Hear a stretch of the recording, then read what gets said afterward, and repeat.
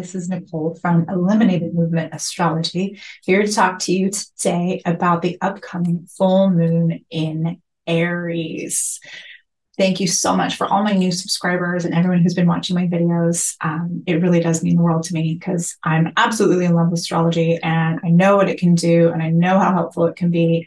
And I'm really excited to share all that with you. So without further ado, let's talk about this upcoming moon. So full moon in Aries. Aries is the start of the zodiac, right? It is where we begin. It is our first breath of life. It is the enthusiasm to go into the unknown, to stand and take up space and say, I am. And with this full moon, we have a tie back to the new moon that happened in March of this year, which I'm going to talk about in a moment. So astrology, just as a reminder, is about cycles. And when we're looking at the new moon from March, seeing a culmination here, it's also going to tie into future full moons and then an event that will happen in 2026 when Saturn and Neptune meet up in Aries for the first time in a very long time at 0 degrees. So big calls to action happening right now for all of us. Aries is asking us all to take a look at what's getting us excited, right? What's lighting us up? What do we want to bring in a fresh perspective to? Where do we want to be bold and courageous? It may also be a little uncomfortable because it might remind us where we're not doing these things. We have a few other placements happening right now that are affecting this full moon. And one of them is Chiron in Aries. I haven't really been talking about Chiron too much because there's always so much to go over in astrology. These videos could easily be several hours long by the time you get through all the nuance. But Chiron is also playing a little bit of a factor here because it is in conjunction with the North Node. So lots to talk about. My apologies. I'll have to edit this out. My dryer just went off and it's thinking it was going to interrupt my video. And now I got distracted. So 3, 2, 1. We're also going to talk about Mars because Mars is the dispositor of that North Node in Aries, which is currently sitting in Libra, not far away from the South Node. So lots of energy going on in our relationships, our relationship to ourselves and our relationship to other people. That may be happening for you in a very literal sense. There may be changes in your existing partnerships, whether that's intimate or that's business or whatever it happens to be. Those one-on-one relationships may be undergoing a bit of a change right now. There's also a little bit of a call for us to be slightly more selfish if that's not our normal wheelhouse. So that can be really uncomfortable, especially if we're used to putting our needs aside to take care of other people. Okay. There's also going to be a little bit of a call for people who are normally not thinking about other people, but in a sense are using the Libra energy, which is the opposite energy of Mars, to essentially get their own way.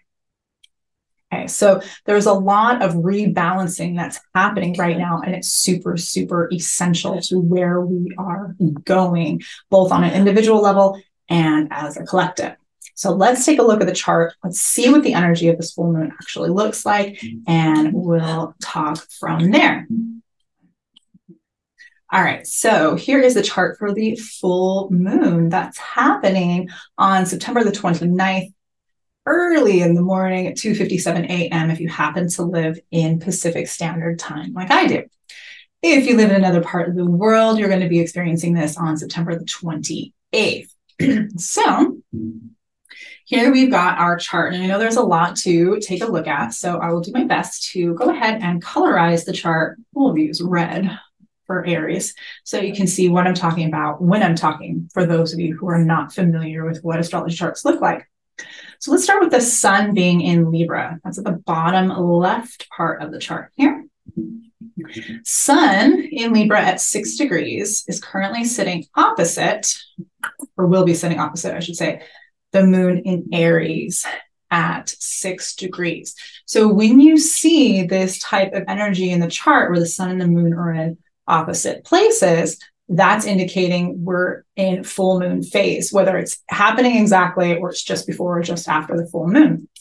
If you were to go outside and look at the sky, if you're able to see this moon, you would see the sun being on one side of the sky and the moon literally being on the other side. It's pretty cool. So I know sometimes with astrology, it's like we look at the charts and it's kind of like an abstract thing that we're removed from. But when you can make it real and you can embody the energy, it really becomes more magical. So if you are able to, see this moon, great. If not, look for the next one and start to look at where these bodies are in the sky. So we have that happening at 6 degrees. Now, as I mentioned before, I haven't talked a ton about this previously, but Chiron. Chiron is this glyph here that's left of the moon. It looks to me like the letter K with a little circle underneath it, or it also kind of looks like a key to me. So Chiron sitting next to the North Node. Okay, and these are 6 degrees apart. So they're a little bit wide, but they're within, I think, acceptable limits to talk about. So we have these energies. Chiron has been in Aries for quite some time, and it will stay there for a while as well. Chiron is representing an area in our chart, in our life, an energy that needs some awareness, needs some healing specifically. So what are we healing globally as a consciousness right now? Our sense of belonging, our sense of, I have the right to belong here on earth. I have the right to be here on earth. I have the right to assert my needs. I can speak up for myself. I can go forward. I can be courageous. I can have a desire and be able to actualize it. Those things are all being brought up for us to look at. There's also ties here to the topic of the wounded masculine energy. And as I've talked about in previous videos, when we are talking about astrology, we're not just talking about gender, male and female, although that is valid as well, but we're talking about energetics. So the female energy is the energy that's like a breath going in, an inhale. Okay. And the male energy, the yang energy, is an outward expressive energy, the exhale. And we need both to be in balance. So right now we're kind of looking a little bit more at where we're out of balance in these energies. Again, this is happening in a literal sense, but for the purposes of this video, I'm not going to take that discussion there. I'm just going to talk about energy. So healing the parts of us that feel like we can outwardly be who we are. We can outwardly express. We can outwardly go for our desires.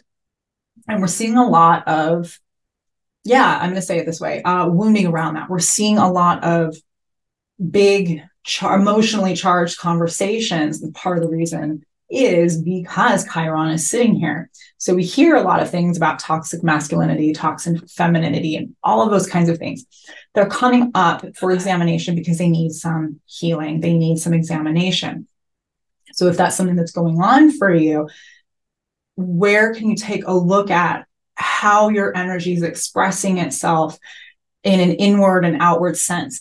Is there a balance of giving and receiving? Is there a balance of I and you? Right? So that's something to take a look at here as we move into this full moon. The other piece, as I was mentioning earlier, I'm going to go down next to the sun here in Libra. Libra is this nice little yellow sign here representing the scales. So we have Mars sitting at 21 degrees, and we have the South Node 3 degrees away in Libra. So Mars in Libra. Mars represents, again, that outward energy. It's the warrior energy. It is the energy that says, I can go forward. It's passion. Okay. It is the part of us that allows us to have the courage to make our dreams real. It's the part of us that gets so excited about something that we'll stick with it, or we get enthusiastic, or we can have an inspiration and go for it. Okay. Mars also represents things that cut. So sometimes we need to cut free, right? We need to cut in and we need to do other types of things. So Mars is the natural ruler of Aries, where our moon, that north node, and Chiron are sitting. So Mars is a big key player here in this new moon. Mars in Libra. Libra is the energy of balance, of diplomacy, of politeness, of considering the other. It's the sign where we begin to have relationships, one-on-one relationships. There's a me and there's a you. Together we make this new thing called a we. That's a little bit more Scorpio, but we'll talk about that later when we get into Scorpio energies. So with Mars and Libra, we have the opportunity, if we choose to take it, to create even more balance where we've been out of balance, to potentially stand up for ourselves if that's not something we've been doing. This could also look like having more of an assertiveness in negotiations, where maybe normally you take a back seat, right? But going along to get along. Sometimes sometimes Libra can fall into that trap, being polite, being a polite Aries, really going along to get along. Or, maybe it's time to cut yourself loose, because the South Node does represent things that we are letting go of.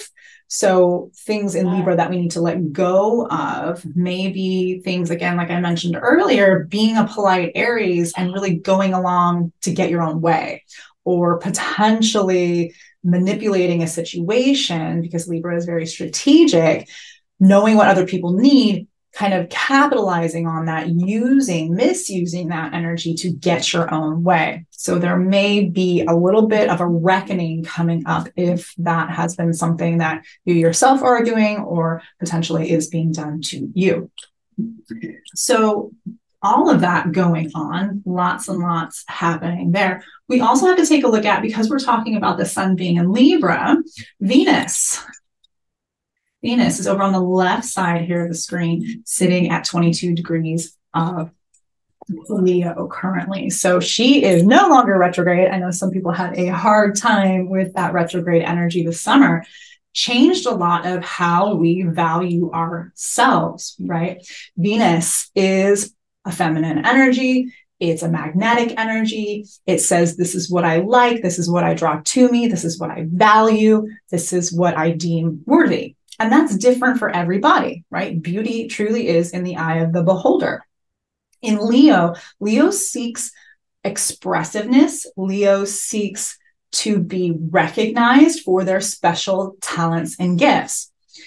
The big key to Leo is being with the right audience, right? When Leo is in a space where it's not being appreciated, where it's not being understood, where it's not being respected for who it actually is, Leo tends to have a bit of a problem.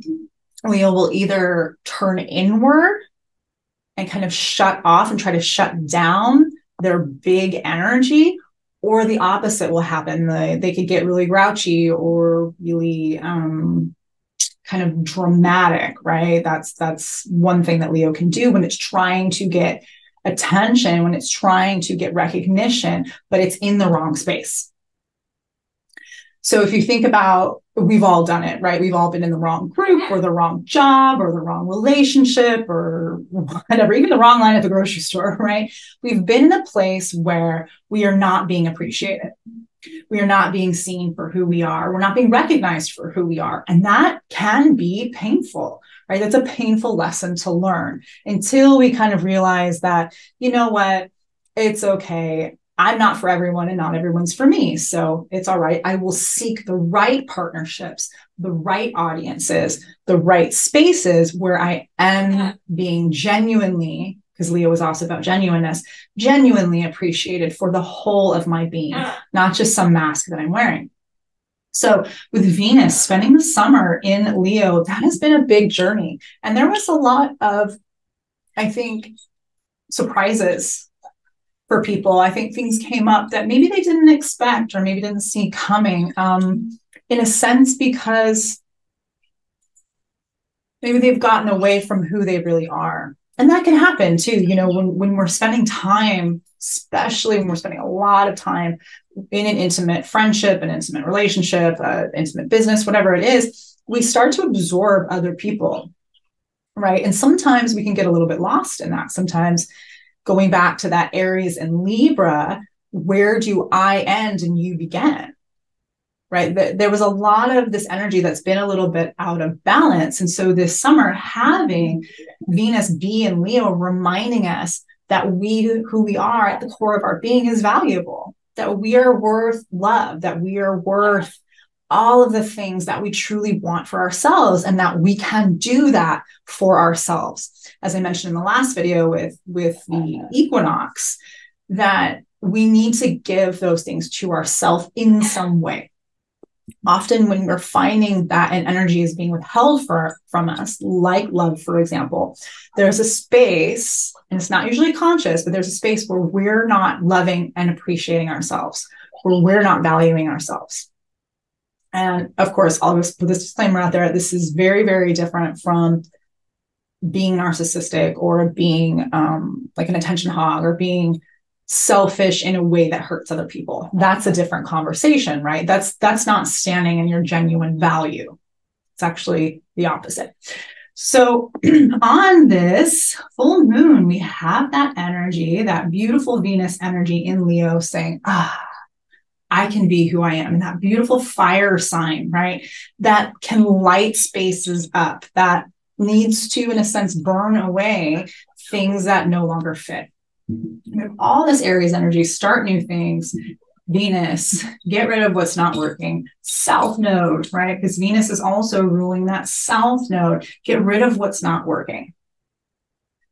Okay. And that can be a challenge. Now, this doesn't mean that you have to suddenly quit your job or suddenly end a relationship or whatever. That's not what this is. But maybe there's a little bit of an adjustment that needs to be made. So it doesn't have to be huge and life altering in the sense where you go in and Mars, right, cut things just completely off. That might need to happen, but maybe it's just a tiny little surgery, right? Mars also rules surgeons because scalpels, right, things that cut. So can't do these reports without mentioning our friend Pluto, who is still sitting in Capricorn. It's moved backwards 1 more degree since the equinox to 27 degrees of Capricorn. And why am I mentioning Pluto again is because Pluto is squaring the nodes. So it's making this nice little triangle energy, and the triangle points to Pluto. So we've got that, again, North Node in Aries, South Node in Libra, squaring off with our friend Pluto, the planet of transformation. This is the Phoenix planet. It's the modern ruler of Scorpio. And that's partially because Scorpio is also represented by the Phoenix. Okay, it's not just the Scorpion energy, but it's also got this ability to rebirth itself. And how does a Phoenix do that? Well, it has to essentially burn into flame, turn into ashes, and start over from the rubble. And that's not a bad thing. It can feel like it. It can feel like everything is completely ending. And that's accurate because it is. Right? That previous version of the Phoenix is no longer there. But to be reborn, to be in a new space, we have to be able to let the old things go. And that's something that Pluto reminds us of. And that's not something that everybody necessarily likes to hear, likes to talk about, right? But it's really, really important. And so when Pluto is squaring these nodes, it's bringing a big, big attention energy to what needs to be transformed. It's intense. So all of the things I said before about relationships, about balance, about the I and the you energy, whatever is out of place there, Pluto is going to bring it up to the surface so that we can take a look at it and have the opportunity to make different decisions so that we are more empowered going forward. When this happens, Pluto will bring you a lot of gifts. Getting there, not always so easy, right? Looking at a rotting foundation and realizing the building that you love and live in is going to collapse. Well, on one hand, that's not a great thing, right? We don't necessarily want to look at that, but it's so much better to be able to see that and to be able to make changes or leave the building, right, before it collapses on us. So if Pluto is bringing you changes, resisting them is not going to help you. That intensity is just going to continue to build and build and build and build until something dramatic happens, a big collapse happens.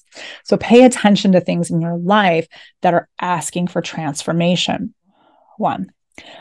All right. So taking a look at this new moon from March the 21st of this year at 0 degrees Aries. So we'll go ahead and mark off this moon and sun. So when the moon and sun are together, like peanut butter and jelly in the sky, that's when we get a new moon energy. This new moon at 0 degrees Aries, pretty special because 0 degrees of Aries is really, it's starting a whole new chapter. I know I talked earlier about Aries being new beginnings and new starts, and that is true. And when things are at 0 degrees, they're also starting a new cycle. So when you put new Aries, new cycle, 0 degrees together, it's exponentially as important. It's like a new. Okay. New cycle. So having that 0-0 in March really was asking us to bring forward new beginnings. Okay. This new beginning energy is now coming back at the full moon in Aries for a checkpoint and saying, okay, what did you start in March? What excited you in March? What was giving you drive? What was lighting you up? What was giving you passion? What was the vision? What was the enthusiasm? What was getting you out of bed in the morning? Even if it was sitting next to Mercury here, an idea, okay, because Mercury represents our mental function. Even if it was just an idea, what was it that was getting you out of bed and getting you excited about life? So at this new moon, what else was happening? We had our friend Pluto, yes, all the way back in March, still squaring the nodes, but the nodes at this point had not changed into Aries and Libra. The North node was still in Taurus, and the South node was still in Scorpio. So at that time, we had Pluto energizing things in a little bit different way. The North node in Taurus, very different energy from the North node being in Aries. One of the biggest reasons is our friend Venus, who is sitting right next to the North node, conjunct the North node by only 1 degree separating them. Venus rules Taurus.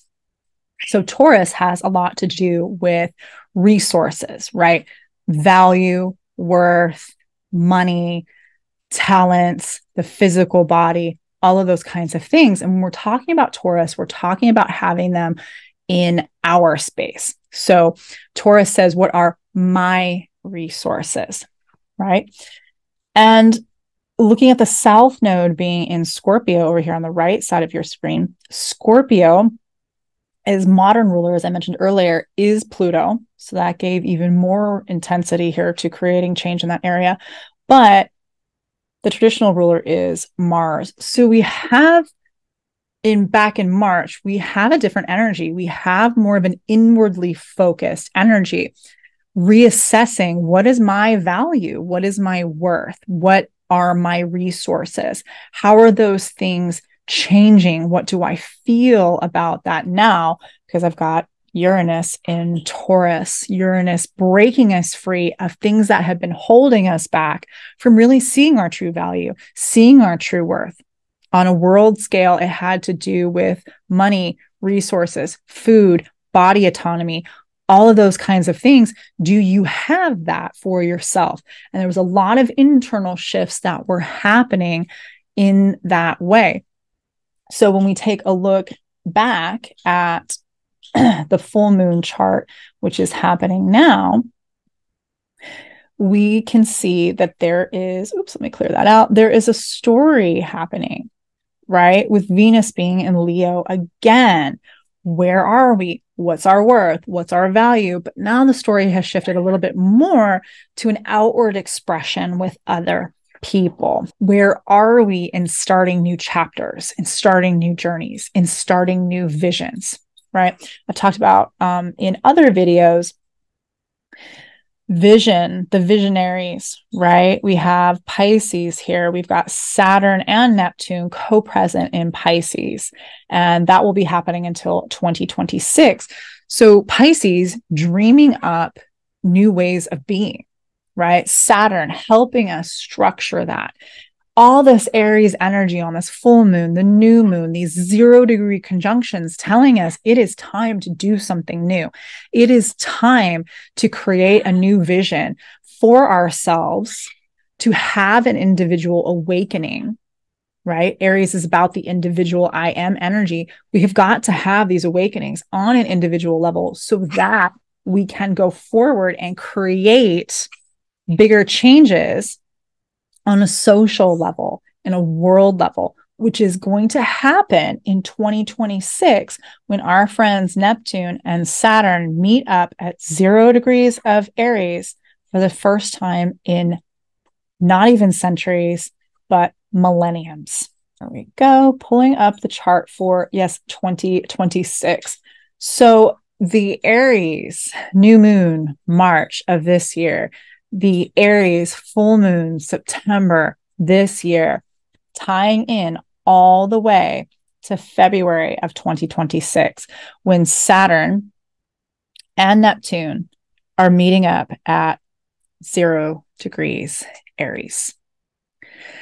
So as I mentioned in the beginning, astrology is about cycles, right? We have this cycle of the new moon being exactly at 0 degrees Aries in March of 2023. And then here we are in 2026, February the 13th.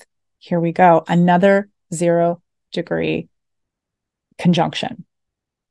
Big, big, big, big, big. Now, Saturn and Neptune are outer planets, so they have more to do with things shifting on a bigger scale, not just in our own lives, but for the collective as well. So why is this important?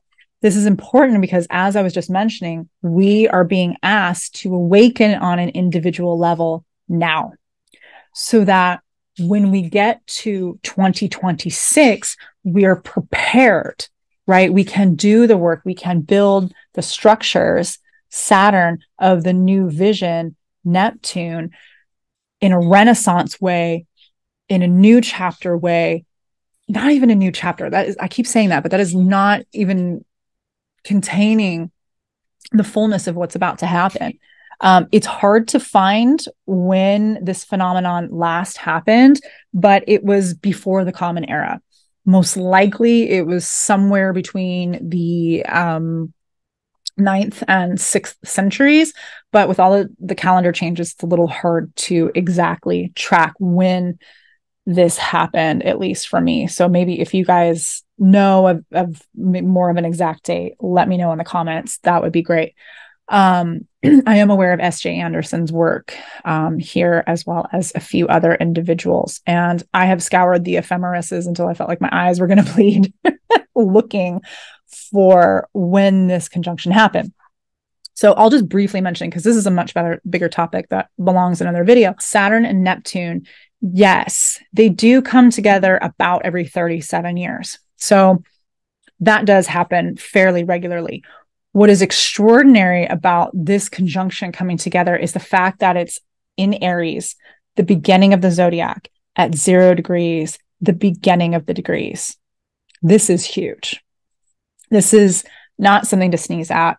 2026 can have, I believe, such an incredible impact and really help us create a new, better, kinder, more integrated, more individually affirming at the same time, because we will have Pluto in Aquarius as well. And we do have the social planets that have conjuncted in Aquarius in 2020, I do believe it has the capacity to create an energy that we have not seen in literally thousands of years, to create a society where individuals are loved and respected for who they are.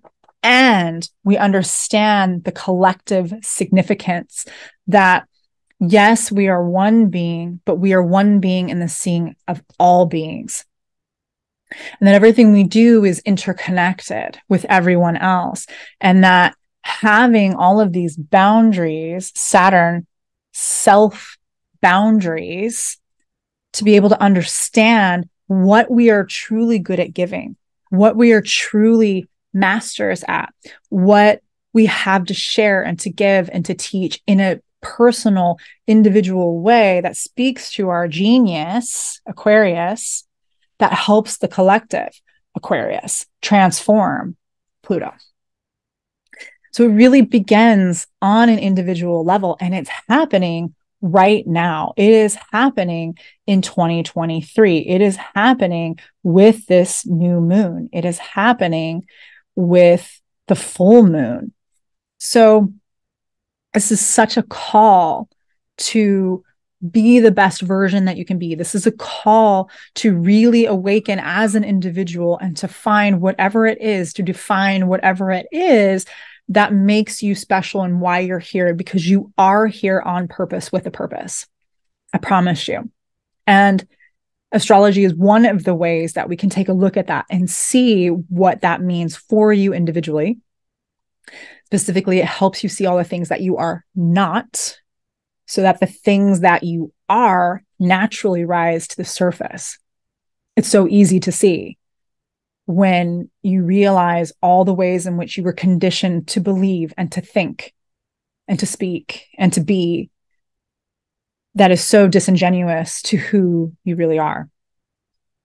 And I understand this is speaking from a privileged viewpoint, living in a Western society, living in the United States, living in California. I get that. But I don't want to speak for other people whose viewpoint I am not living and whose reality I have not experienced. So I'm going to speak from my viewpoint. And I do feel that if we are in this space and we have the privilege of being afforded the space and the place to awaken, to go forward, to be courageous, to help bring in real meaningful change for ourselves and others, I think we have a responsibility to do it. Saturn, right? Responsibility. Everyone's favorite or not so favorite word. So, that was a lot. I hope I didn't overwhelm you guys or make your heads explode with all that information. But I do think it's really, really important to put into context what's actually happening. Because as great or fun as it is to get a little soundbite on social media or a one-liner in, a magazine or whatever, if people even read those anymore,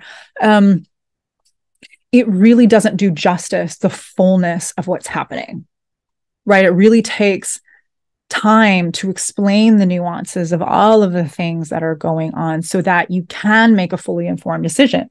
If I sat down and just said to you, oh my gosh, this new moon in Aries, full moon in Aries, oh my God, just go be yourself, like, woo, great, but that's not actually helping you, right? To be able to have self-knowledge, self-understanding takes a little bit. So thank you. It's my long way of saying thank you for sitting and listening all the way through to the end of this, because I really do believe it is important. And I really believe we are on the precipice of making potentially some of the most incredible changes that we have made as humanity for our betterment than we have made in literally millennium.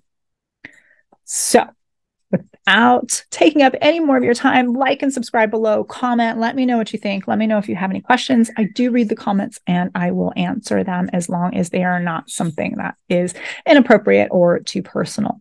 Thanks you guys so much. Enjoy this full moon. Take care.